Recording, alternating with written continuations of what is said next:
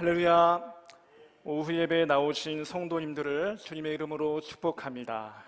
오늘도 이 시간 레위기 말씀을 우리가 함께 나누면서 우리 안에 은혜가 있길 소원합니다. 오늘 우리가 함께 나눌 말씀은 레위기에서도 제사에 관련된 그런 내용을 여러분과 함께 나누려고 합니다. 우리가 성경을 읽을 때 가장 어려운 부분이라고 하면 여러 군데가 있겠지만 가장 어려운 부분이 이 레위기에서도 제사가 아닐까 하는 생각이 들어요. 레위기에는 5가지 제사가 우리에게 소개되는데 5대 제사라고 합니다. 근데 정말 이거보다 어려운 내용이 없어요. 지루하고 어렵습니다.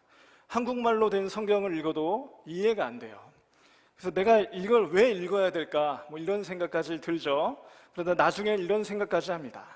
예수님이 모든 제사를 다 완성하셨는데, 그래서 우리는 이제 하나님이 요구하신 구약의 제사를 드릴 필요가 없잖아요. 그러니까 이젠 레위기는 읽지 않아도 된다, 이런 식으로 합리화하면서 이 부분을 그냥 넘어가는 사람들도 많이 보았습니다. 여러분들은 어떠실지 모르겠어요. 그러나 우리가 예수님의 십자가 사역, 예수님의 그 대속의 죽으심을 우리가 좀 더 깊게 이해하기 위해서 가장 우리가 도움이 되는 성경이 바로 이 레위기 말씀의 제사법을 이해하는 것입니다. 오늘 우리가 짧은 시간 말씀을 나눌 것이고 저의 부족함으로 잘 하진 못할지어도 이 시간을 통해서 구약에서 하나님이 말씀하신 제사와 또한 우리에게 하나님이 원하시는 예배가 어떤 것인지 우리가 깊게 생각해보고 또 그로 인해서 은혜를 나누는 그런 시간이 되었으면 좋겠습니다. 하나님께서는 왜 이렇게 어려운 제사를 이스라엘에게 요구하신 걸까요? 레위기를 읽으면 1장부터 7장까지 제사에 대한 내용이 나옵니다. 1장부터 5장까지 제사에 대해서 나오고 또 6장부터 7장엔 제사를 어떻게 드려라 자세하게 나오죠. 제사장에 관한 내용까지 하면 10장까지 이 제사에 관한 내용인데 그 내용이 꽤나 복잡합니다. 저 같은 신학생들도 읽고 또 넘어가 버리면 금방 다 까먹어 버려요. 그래서 읽을 때마다 다시 공부해야 되고 어렵고 복잡한 게 바로 이 제사인 것 같아요. 그리고 또 오늘날의 문화는 완전히 다른 저 옛날 3300년 전에 저 고대 근동지역에서의 문화이기 때문에 읽어도 모르겠어요. 분명 읽었는데 이해가 도무지 안 되는 게 바로 레위기의 제사에 대한 내용입니다. 하나님은 이렇게 어려운 것을 이스라엘 백성에게 명령하셨고 또 후대에 우리 믿음의 후손들인 우리들에게 이 말씀을 읽게 하신 걸까요? 레위기의 주제가 무엇이냐면 지난 설교 때 거룩이라고 제가 말씀드린 적이 있습니다. 하나님께서 이스라엘 백성을 거룩한 백성으로서 부르셨습니다. 그리고 또 그 거룩한 백성으로서 제사장 나라로 만들어가기 위한 책이 바로 레위기죠. 그런데 여기에는 중대한 문제가 한 가지 있습니다. 하나님은 완전하신 분인데, 하나님은 거룩하신 분인데 지금 하나님이 부르신 이스라엘 백성은 어떤 백성입니까? 완전과 거룩과는 거리가 너무 먼 사람들입니다. 이 백성들은 430년 동안 이집트에서 노예 생활을 했던 사람들입니다. 이집트가 어떤 곳입니까? 세상에서 우상이 제일 많은 나라가 그 당시에 이집트였어요. 그 우상이 많은 곳에서 모든 것이 종교와 관련된 그 나라에서 이스라엘 백성은 430년이라는 세월을 살아가며 그 사고방식과 생활방식과 문화에 영향을 받으며 살았을 것입니다. 우리 화면을 조금 보여드리면 오늘날에도 어려운 레위기이기 때문에 제가 화면을 몇 가지 준비했습니다. 도움이 되셨으면 좋겠어요. 이집트의 신이 얼마나 많냐면 하늘에 날아다니는 독수리도 신이고 하늘에 떠있는 태양도 신이고 또 바다에 살아가는 그 물고기도 신성한 거고 또 죽음 그 자체도 신이고 온갖 눈에 보이는 것들이 다 신이에요. 그리고 그것과 관련된 종교의식과 또 정교한 제사들이 가득한 것이 바로 이집트였습니다. 가는 곳마다 거대한 종교적인 건물들이 있고 종교의식이 행해지고 있는 것이 바로 이스라엘 백성이 430년이나 살아왔던 이집트라는 나라였어요. 그리고 그 종교를 위해서 지어지는 건물을 짓던 사람들이 바로 누구입니까? 바로 노예 백성, 이스라엘 백성들입니다.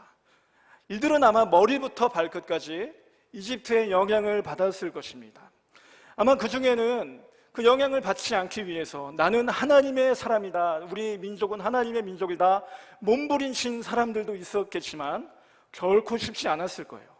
천천히 이들의 삶은 이방 종교의 문화, 삶의 방식이 이들을 잠식해 나갔을 것입니다. 그리고 또한 430년이라는 긴 세월 동안 이들에겐 또 한 가지 노예 근성이라는 게 생겨났을 것입니다.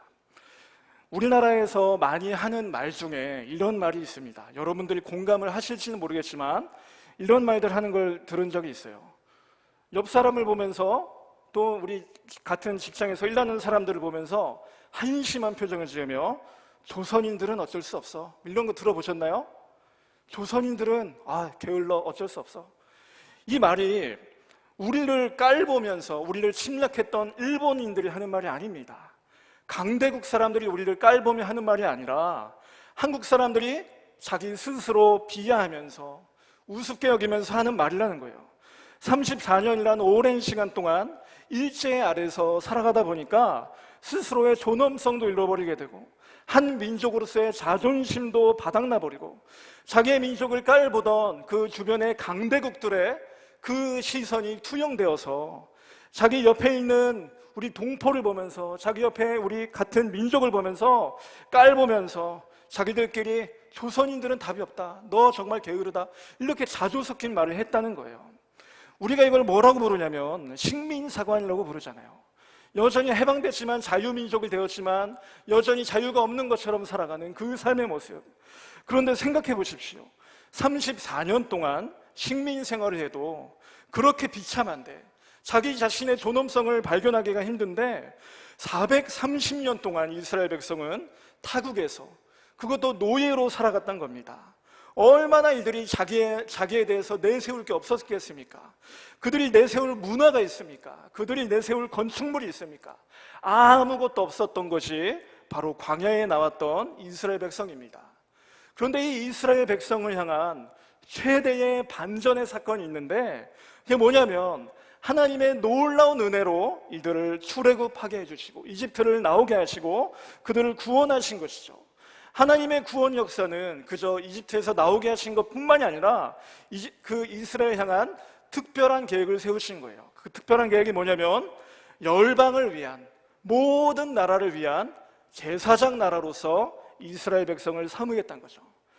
세상에서 제일 별 볼 일 없는 이 노예 백성을 세상에서 제일 중요한 민족으로 삼으시겠다는 겁니다.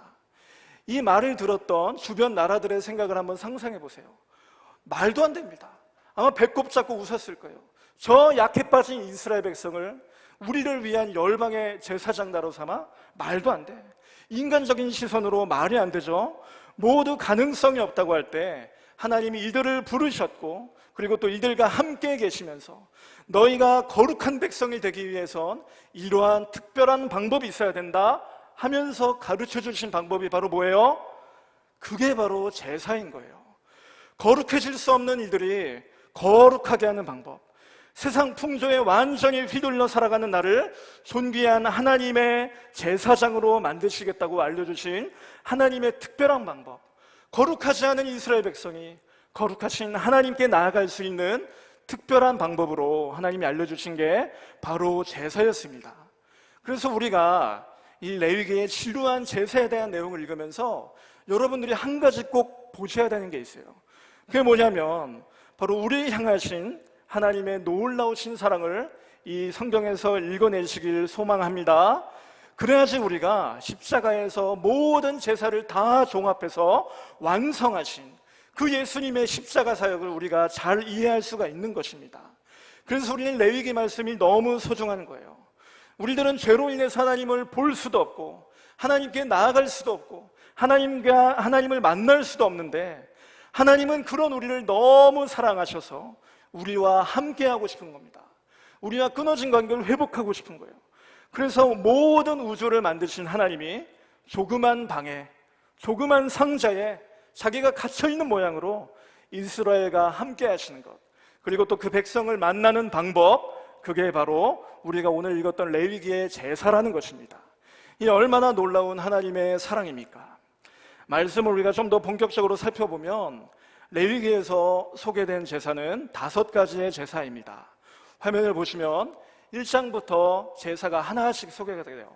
1장에는 번제, 2장에는 소제, 3장에 화목제, 4장에 속죄제, 5장에 속건제, 이렇게 각 제사를 소개하면서 각 제사마다 필요한 제물과 또 제사 드리는 방법과 언제 제사를 드려야 된다 이런 내용이 나오고, 6, 7장에는 제사를 드릴 때 좀 더 디테일한 내용들이 나오는데 제가 이거를 여러분에게 다 말씀드릴 시간도 없고 실력도 없습니다. 그래서 오늘 우리가 읽었던 1장의 말씀, 번제에 대해서만 우리가 함께 나누면서 우리의 예배를 한번 투영시켜서 보려고 합니다.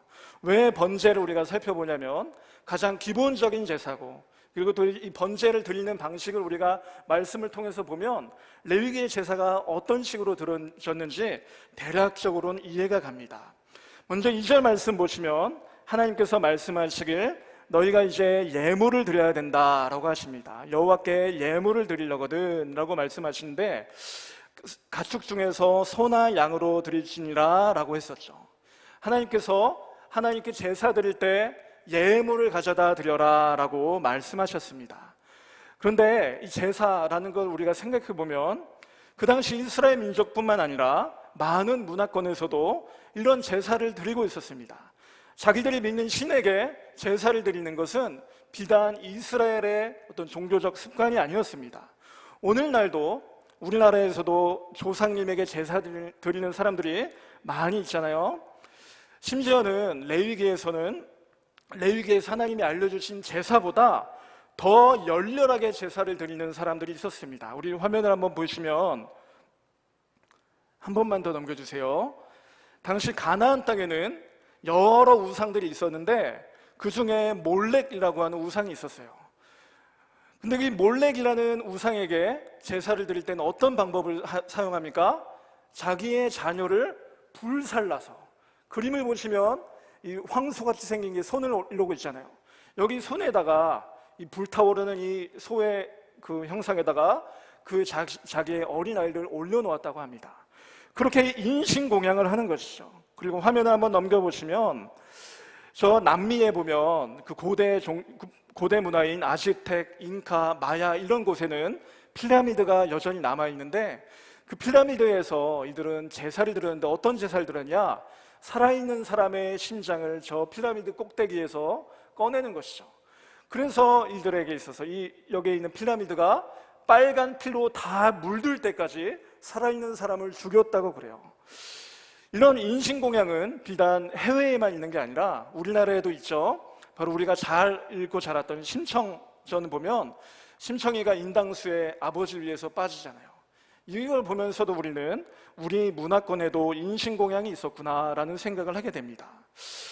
왜 신에게 제사를 드리는데 이렇게 많은 비싼 제물을 가져다 바치고, 그리고 또한 심지어는 살아있는 사람까지 잡아다 바치고, 더 나아가서 자기 자녀까지 죽이면서까지 이렇게 제사를 드리는 것일까요? 여러 문화권에서 제사의 모양들이 있지만 그 마음은 완전히 똑같습니다.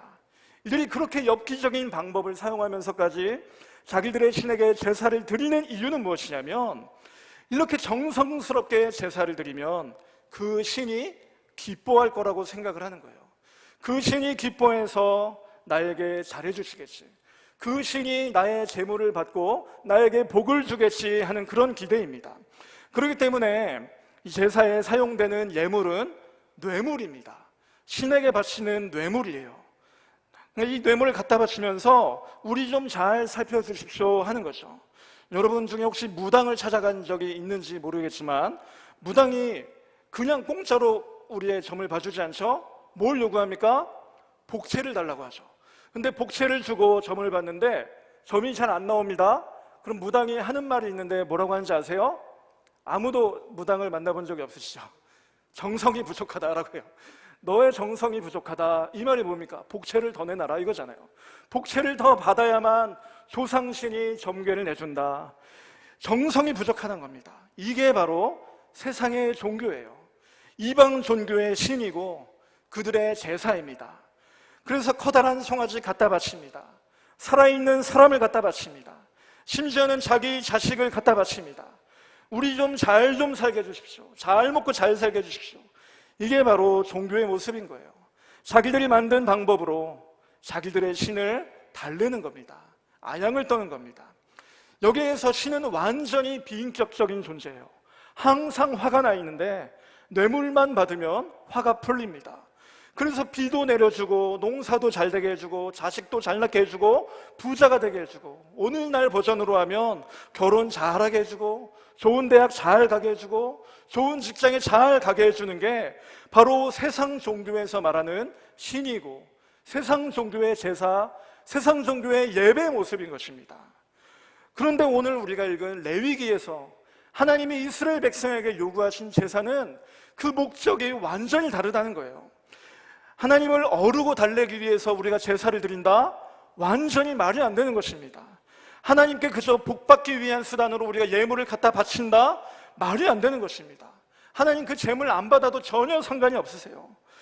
하나님께서 왜 이스라엘에게 제사를 드리라고 말씀하셨습니까? 하나님 자신을 위해서가 결코 아닌 것을 여러분들이 아셔야 됩니다. 하나님께서 제사, 예물, 송아지, 양 안 받아도 하나님의 영광의 한 자도 우리가 손해를 끼치지 못합니다.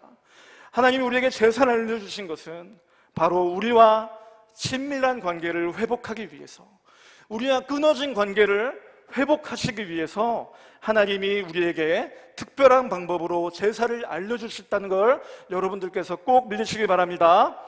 이방 사람들은 아첨을 떨라고 뇌물을 바쳤지만 하나님께서는 우리에게 너 한번 가져다 바쳐봐라, 얼마나 하는지 봐서 네가 하는 것 봐서 내가 너에게 복을 주겠다, 이런 식으로 우리에게 제사를 알려주신 게 아니에요. 오늘 우리가 읽은 2절 말씀에 나타난 예물을 드릴 때 이 예물이라는 히브리어는 코르반이라는 히브리 단어가 쓰였는데 여기에는 나중에 종교적 의미가 포함이 되었지만 사실 그 어원을 우리가 알아보면 코르반, 칼렙이라는 단어에서 비롯되었는데 가까이 가다, 친밀한 관계가 회복되다라는 뜻이에요. 하나님께서 이 제사를 가르쳐 주신 건 한번 너희들 실력을 한번 보여봐라, 얼마나 정성스럽게 하는지 봐서 내가 복을 주겠다, 이게 아니라 우리를 너무 사랑하셔서 우리가 하나님께 나아갈 수 있는 그 특별한 길, 제사를 우리에게 알려주심으로써 우리의 죄됨을 벗어나서 하나님께 나아갈 수 있는 방법을 알려주신 겁니다. 왜요? 우리와 함께하기 위해서요. 그래서 이 예물은 어찌 보면 하나님께 바쳐진 예물이지만 정작 누구를 위한 예물입니까? 나의 죄를 대속하기 위한, 나를 위한 제물이기도 했습니다. 이처럼 하나님께서 우리에게 알려주신 제사는 세상에서 행해지고 있는 이방인들이 드리는 종교의 제사와 완전히 다른 하나님이 우리와 함께하고자 알려주신 특별한 방법이었습니다. 그런데 하나님께서 이처럼 하나님이 우리와 함께하고자 하나님과의 친밀한 관계를 위해서 제사를 드리려고 했는데 성경을 계속 읽다가 보면 섬뜩한 이야기들이 등장합니다. 나중에 이사야 선지자가 이스라엘의 멸망에 대해서 얘기하는데 우리는 흔히 생각하기를 이스라엘이 왜 망했는가? 이방 종교를 섬겼기 때문에 그랬다라고 생각하지만 그 외에도 중요한 이유가 한 가지 있습니다. 우리 이사야 1장 11절부터 한번 읽어보시면 다 같이 한번 읽어보겠습니다. 함께 읽겠습니다. 여호와께서 말씀하시되 너희의 무수한 재물이 내게 무엇이 유익하느냐는 나는 순양의 번제와 살찐 짐승의 기름에 배불렀고 나는 숫송아지나 어린 양이나 순염소의 피를 기뻐하지 아니하노라. 다음 12장 너희가 내 앞에 보이러 오니 이것을 누가 너희에게 요구하였느냐? 내 마당만 밟을 뿐이니라. 아멘. 하나님께서 이스라엘의 헛된 재물 원하지 않는다는 겁니다. 내가 너희들이 주는 이 제사와 제물들과 기름들 질렸다는 겁니다. 13절 말씀에선 더 무섭게 말씀하시는데 헛된 제물을 다시 가져오지 말라. 분향은 내가 가증히 여기는 바요 월삭과 안식일과 대회로 모이는 것도 그러하니 성회와 아울러 악을 행하는 것을 내가 견디지 못하겠노라. 아멘. 이스라엘 백성들은 레위기에서 알려주신 제사의 제도를 정확하게 따라서 각종 제사를 드렸습니다. 하나님 그건 인정하셨어요. 그런데 하나님께서 그 정교한 제사를 안 받겠다는 겁니다. 역겹다는 거예요. 너희들의 제사는 꼴도 보기 싫다는 겁니다. 왜 그러셨을까요? 하나님이 이스라엘 제사를 왜 더 이상 받지 않으셨을까요? 간단합니다. 하나님께서 우리와 화평케 되기 위해서 우리에게 제사를 가르쳐 주셨는데, 이스라엘 백성들은 그 제물들을 하나님께 바쳐 복받는 이방 종교로 변질시켜버린 거예요.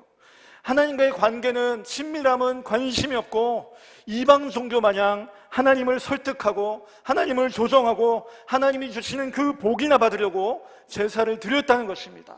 하나님은 그렇게 자기에게 나오는 그 제사를 보면서 헛된 제물이다, 내가 가증히 여기는 향기다, 내가 너희들의 제사를 받지 않을 것이다 라고 말씀하신 거예요. 이처럼 제사라는 것은 참 중요하지만 그 제사가 왜곡돼 버리면, 하나님과의 친밀한 관계가 사라져 버리면, 그 목적이 사라지면 인간의 방법만 남게 됩니다. 인간의 정성만 남게 됩니다. 제가 참 안 좋아하는 표현이 있는데, 여러분께서 혹시 즐겨 사용하시는 표현이라면 혹시 죄송합니다. 제가 안 좋아하는 표현 중에 하늘 보좌를 흔드는 기도를 하자, 이런 말이 있어요. 하늘 보좌를 흔들어서 하나님이 우리의 기도를 듣게 하자. 그 뜻은 알겠는데 얼마나 이게 오만방자한 이야기입니까? 불완전한 내가 하나님을 흔들어서, 불완전하고 하나님께 나아갈 자격조차 없는 내가 하나님 뜻을 흔들어서 내 뜻이 관철되도록 하는, 그게 신앙이란 말이죠. 하나님 보시기에 가증한 모양이 아니냐는 말이죠. 오늘 우리가 드리는 예배 가운데 얼마나 정성이 많이 끼어져 있습니까? 세련된 반주가 있습니다. 멋진 목소리의 찬양대가 있습니다. 헌금을 정성스럽게 준비합니다. 주일날은 평소 입지 않는 새 옷을 꺼내서 입고 엄숙한 예배의 순서들이 있습니다. 이 모든 것 정말 중요합니다. 무시하자는 게 아니에요.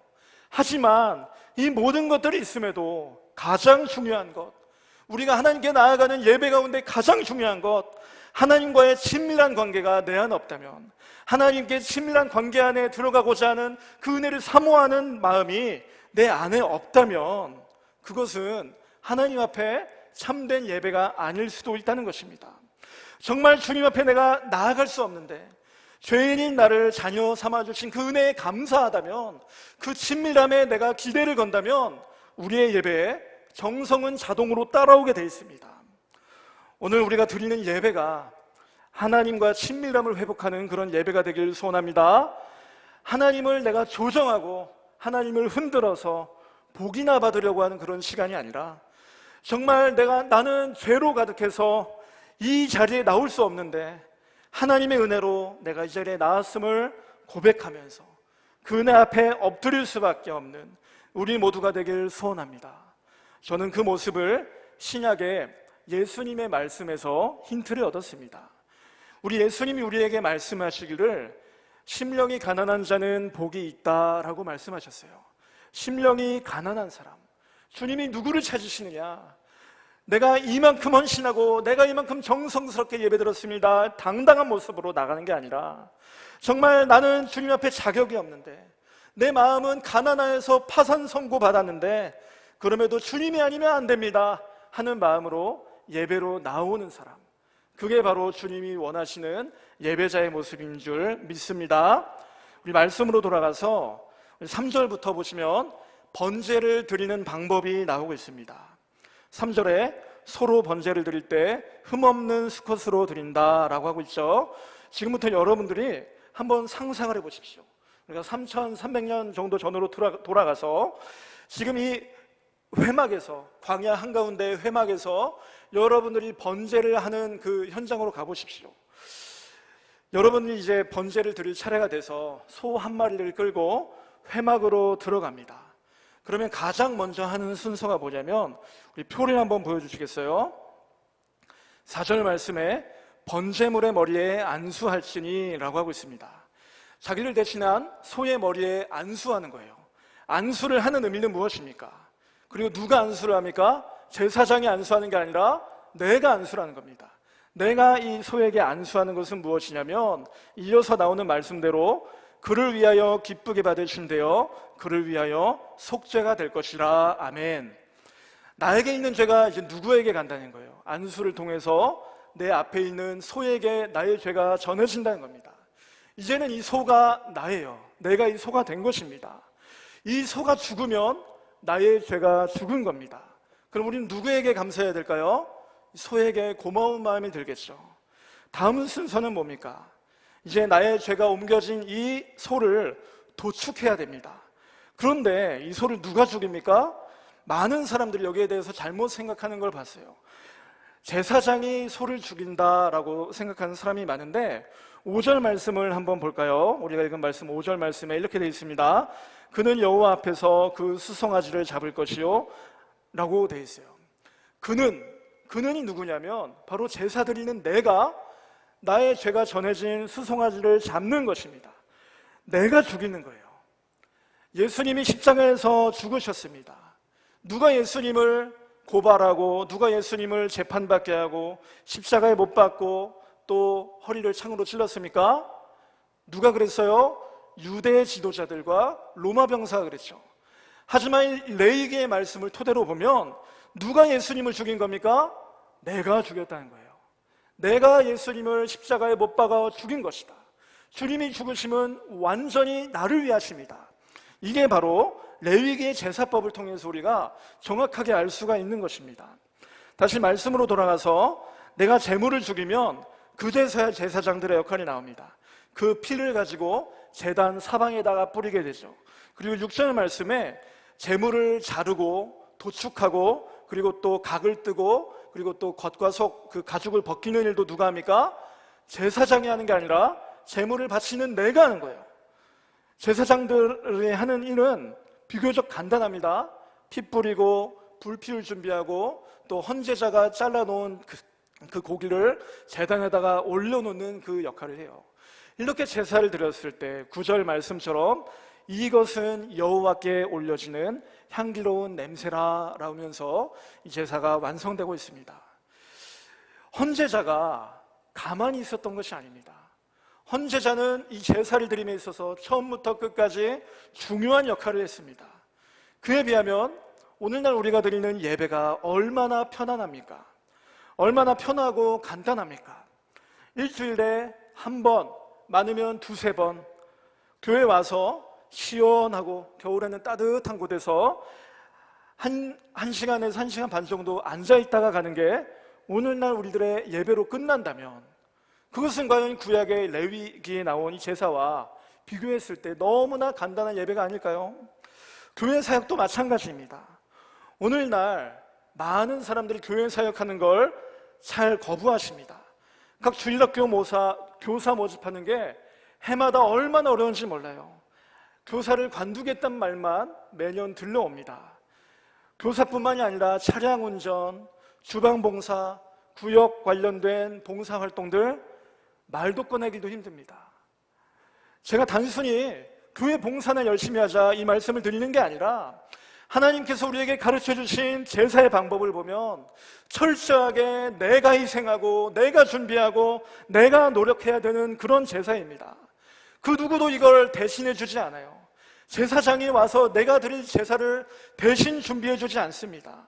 마찬가지로 하나님 앞에 우리가 은혜 받기 위하여 나아가는 것, 하나님 앞에 내가 성공적인 예배를 드리는 것, 그것은 여러분 개개인에게 주어진 과제입니다. 주일날 성도님들이 오는 걸 맞이하면서 여러 가지 모습을 보게 됩니다. 어떤 분은 1시간 전에 와서 눈물로 예배를 준비하며 기도하는 분이 계시고, 반면 어떤 분은 교회 본당 문 닫을 때 오셔서 그 1시간 내내 핸드폰 보는 분도 계십니다. 어떤 분은 은혜를 충만한 예배를 드리지만 그 어떤 분은 건조한 예배를 드리는데 왜 우리가 예배 가운데 은혜를 못 받습니까? 왜 우리가 예배 가운데 하나님의 은혜를 경험하지 못합니까? 예배 찬양대의 실력이 모자라서 그렇습니까? 반주가 부족해서 그렇습니까? 예배당이 오래돼서 그렇습니까? 설교자가 모자라서 그렇습니까? 여러 가지 이유가 있겠지만 가장 큰 것은 내가 은혜를 사모하지 않는 것 아닙니까? 내가 예배 가운데 하나님을 만나고자, 내가 예배 가운데 하나님이 임재하시는 그 은혜 아래 들어가고자 하는 갈망함이 없는 것은 아닙니까? 내가 예배 가운데 나와서 하나님을 만났으면 그 만남의 감격에 눈물을 흘려야 되고, 하나님을 만나지 못했다면 회개하면서 눈물을 흘려야 되잖아요. 내가 이 예배 가운데 하나님 만나지 못했습니다. 아무런 감정이 없습니다. 내 마음이 여전히 공허합니다. 주님 나를 불쌍히 여기소서. 이 마음이 우리 가운데 있어야 되는데 여전히 공허합니다. 주님의 은혜를 간절히 사모하지 않는 우리들의 예배가 아닌지 저는 이 레위기 말씀을 통해서 저 자신을 반성하게 되었습니다. 말씀을 정리하겠습니다. 하나님께서는 이스라엘 백성들과 교제하기 위해서, 백성들과 함께하기 위해서, 백성들을 너무 사랑해서 이 제사를 우리에게 알려주셨습니다. 오늘날 우리는 예수님의 완전한 제사로 인해서, 완전한 십자가 죽으심으로 인해서 우리는 더 이상 제사를 드릴 필요가 없습니다. 예수님을 위해서 우리는 하나님과 화평을 이루게 되었습니다.